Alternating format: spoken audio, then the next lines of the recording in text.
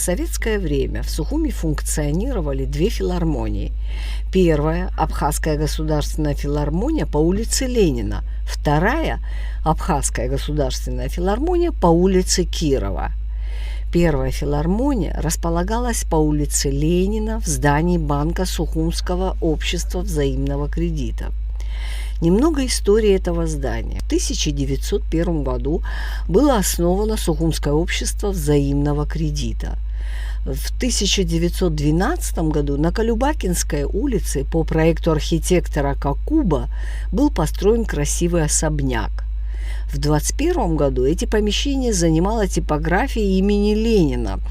Она была создана путем объединения частных типографий в одну. В 30-е годы в типографии печатались произведения Ленина, переведенные на абхазский язык. На первом этаже помещались редакция и типография газеты «Сухумский вестник». Именно в этом здании находилась первая Абхазская государственная филармония. 12 января 1946 года при большом стечении народа состоялось открытие концертного зала. Современники вспоминают, что помещение внутри было отделано с большим художественным вкусом. Приятные тона окраски, стены потолка, каштановые двери, паркетный пол, ложи, фойе, балконы – все это составляло очень хорошее впечатление. Директором Абгосфилармонии был некто Инавели. В 1971 году здесь уже находился Дом пионеров и школьников.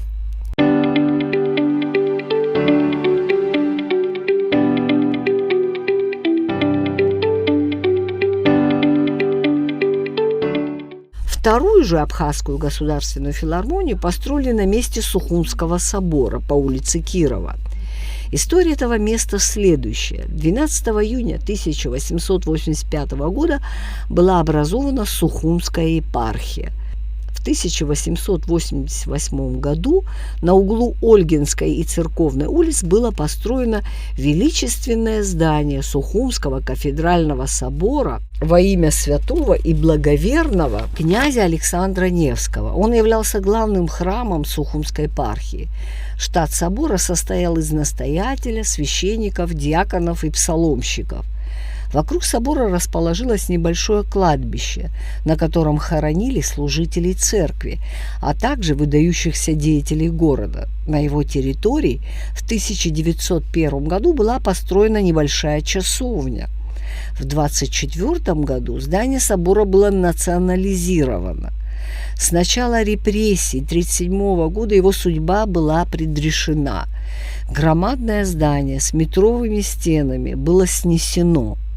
Из рассказов старых жителей города известно, что кирпичи и камни снесенного собора были использованы при строительстве бани номер 3 по улице Воронова. Соборное кладбище также было уничтожено. Часовня соборного кладбища простояла почти 40 лет и была снесена в первой половине 70-х годов. Старая жительница Сухума Адили Аббас-Оглы вспоминает день, когда разрушали здание собора. Сделали это ранним утром, когда весь Сухум еще спал. Жители проснулись от страшного гула и шума.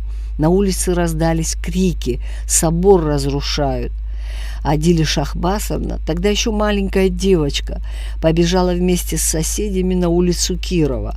Там уже стояли люди и смотрели, как долбят стены величественного собора. Народ плакал. На месте бывшего кафедрального собора в 1947 году было построено уже капитальное здание второй Абхазской государственной филармонии. Строение было возведено по проекту архитекторов Камоева и Цинцабадзе. Еще в 1946 году были начаты работы по реконструкции летнего театра Госфилармонии. Был заложен фундамент главного входа, вырыты котлованы для фундамента лож, произведены работы по изготовлению арматур железобетонных конструкций, осуществлена подшивка потолка зрительного зала, производились работы по заполнению промежуточных межколонных стен. Во вторую очередь строительства входила постройка постановочной и сценической части. Главный вход театра, расположенный в закругленной части здания, выходит на улицу Кирова, ныне это Ардзинба. Главный вход представляет собой портик со стеклянным шатром, массивными колоннами и пилястрами.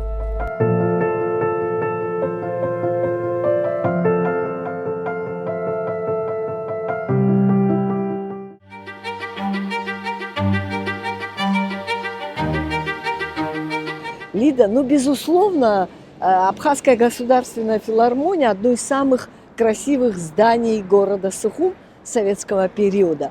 Я бы очень хотела, чтобы вы с точки зрения архитектуры рассказали нам немножко об этом здании, в каком стиле оно построено и какие архитектурные детали интересны с вашей точки зрения.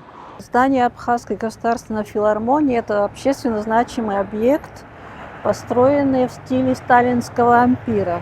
Сталинский ампир показывает нам величие здания, например, роскошь, богатство, большое количество декора. Это был такой стиль, который был очень популярным, правда? И он именно был вызван показать величие строя, советского строя.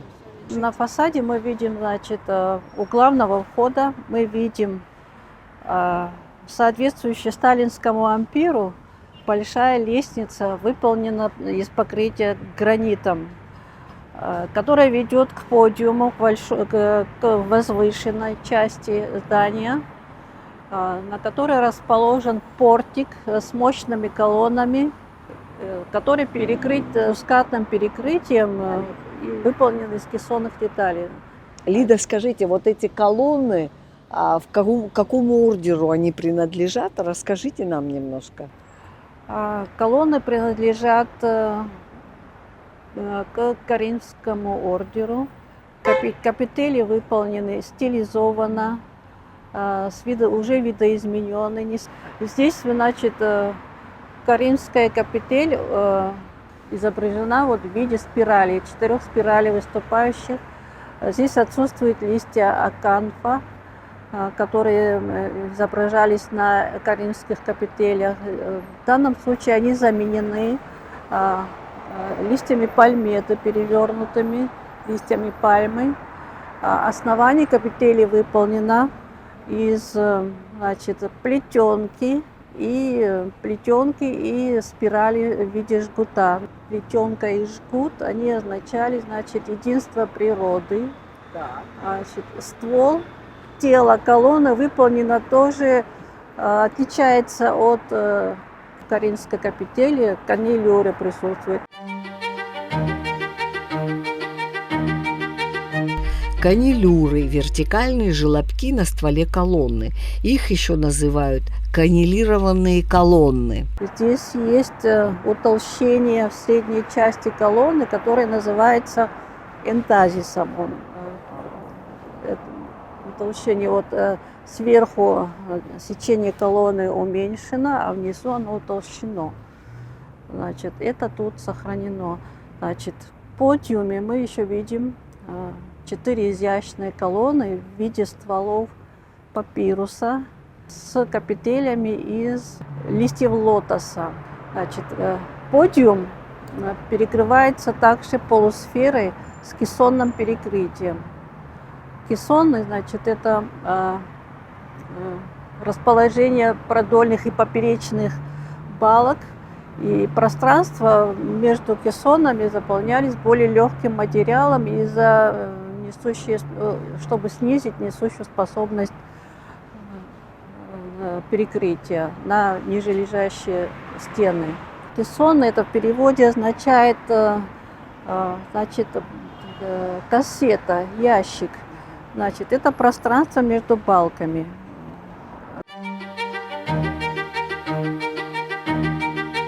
Кессоны – углубление квадратной или иной формы на поверхности свода, купола или арки. Но обычно кессоны делают глухими, а здесь они прозрачные. Прозрачные, остекленные, более легкие. Здесь несут они декоративный характер. А сам портал, он в виде такой полусферы, да? Вот интересно. Мы воспринимаем как перспективный портал. Он уменьшается ко входу, вот эта вот полусфера, и овальный подиум показывает, создает такую атмосферу. Итак, главный вход. Благодаря съемке коптера мы вблизи видим архитектурные детали. Маленькие пальмовидные колонны заимствованы из древнеегипетской архитектуры. На стволе колонны видны канилюры, вертикальные бороздки. Овальная часть входа покрыта полусферой и носит название конха.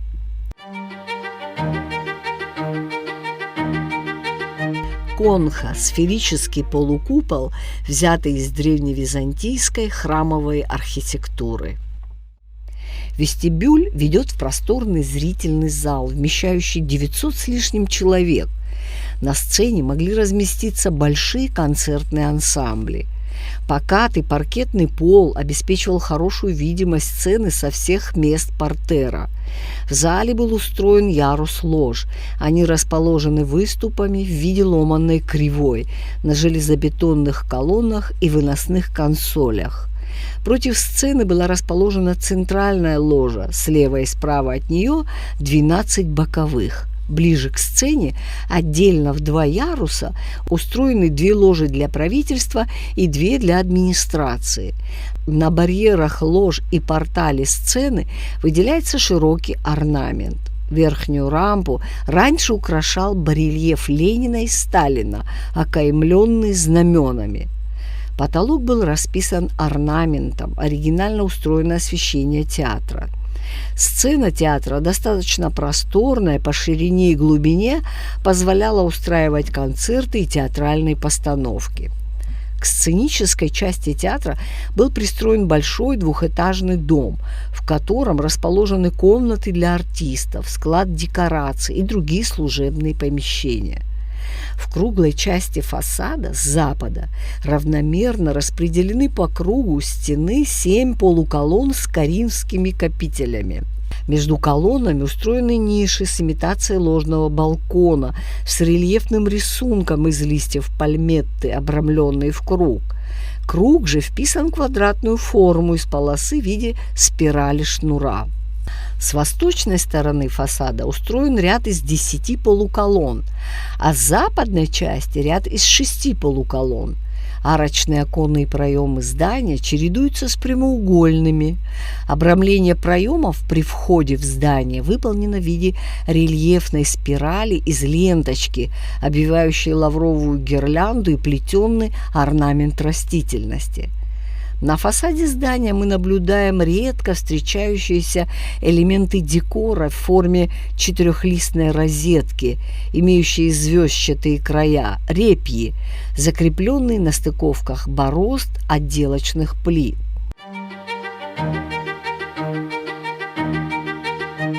Репьи – округлые или звездчатые розетки, закрепленные на концах плит. Лида, вот я думаю, что очень многие зададут нам вопрос, что за звездочки на фасаде филармонии. Что это за архитектурная деталь? Это элемент, взятый из русского храмового зодчества. Эти элементы несли функцию для соединения решеток, они несли конструктивную функцию, они закреплялись соединения решеток между собой. Также на металлических частях дверей устраивали в храмах вот такие соединения. В славянской архитектуре репьи, они называются репьи. Репьи – это обычные цветки репейника. Это символ счастья означало в славянских народностях в различных. Эти репьи вот, в данном случае несут такую декоративную функцию, но указаны, как будто бы они соединяют борозды, соединение плит, конструктивно соединяют. Но в данном случае они, по-моему, держат только несут функцию декоративную. Вот. То есть из того, что вы нам рассказали, мы можем понять, что вот эти репьи, архитектурная деталь, она имеет не только эстетический характер, но и функциональный. И функциональный, да. Вот, в сталинском ампире функции в некоторых деталях меняются. Они вот вместо конструктивной функции уже несут декоративную функцию.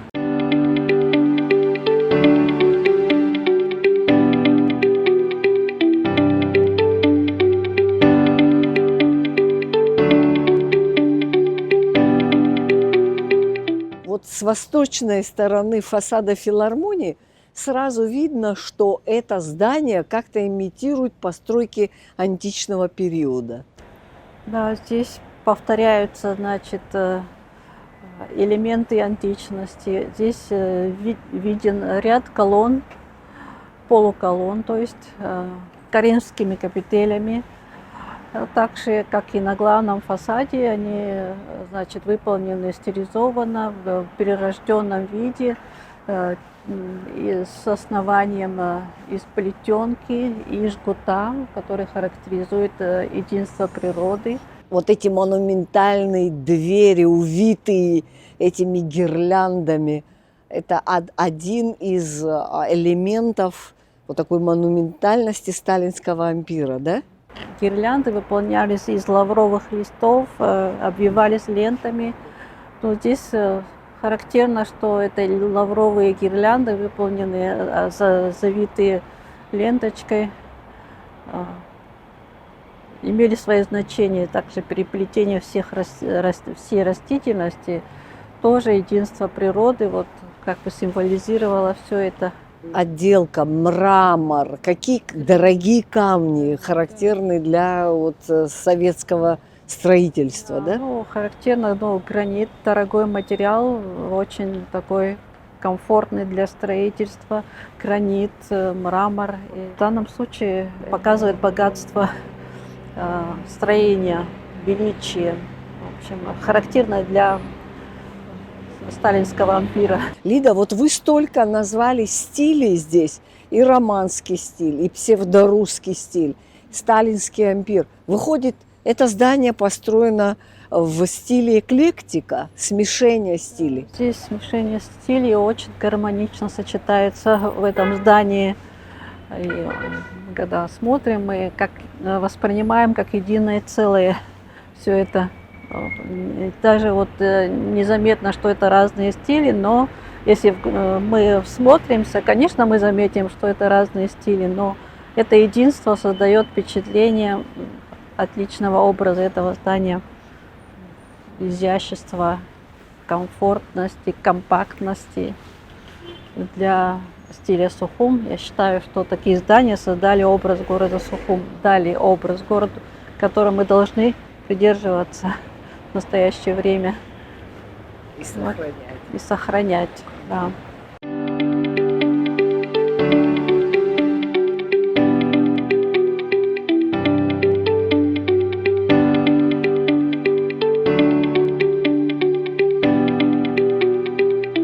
Отдельно от здания стоят вот эти два киоска билетной кассы. Но они тоже выполнены в таком же стиле, как и сама филармония. Да, мы видим, что вот напротив филармонии существует два павильона, билетные кассы. Как бы являются, они являются как бы воротами, приглашающими в здание. Мы видим отделка основания этого строения, значит, выполнена из призматического руста. Призматический руст – накладка на фасад из декоративного камня или другого материала. Рустовка – это особый вид каменной кладки, который показывает форму отделки. Значит, в данном случае призматические такие элементы этого строения, они выполнены в декоративном виде, как отделочный материал. Тут мы видим также прямоугольный вылет перекрытия с большим широким карнизом и с купольным покрытием. Значит, под карнизом мы видим такие элементы декора в виде мифических птиц. Они из готического стиля, тоже стиль здесь редко применяется. Горгулья – каменный или металлический водосточный желоб в виде фигуры животного или птиц. Горгульи в виде птиц в народе ассоциировались как защитники от злых духов. Подобные фигурки устраивались на фасадах и на свесах крыши для отвода дождевых вод. Абхазская государственная филармония была сдана строителями 7 ноября 1947 года. Событие было приурочено к 30-й годовщине октября. Капитальный ремонт строения был осуществлен уже в 2009 году. Теперь филармония оснащена самым современным оборудованием и не уступает многим музыкальным учреждениям, снискавшим мировую славу.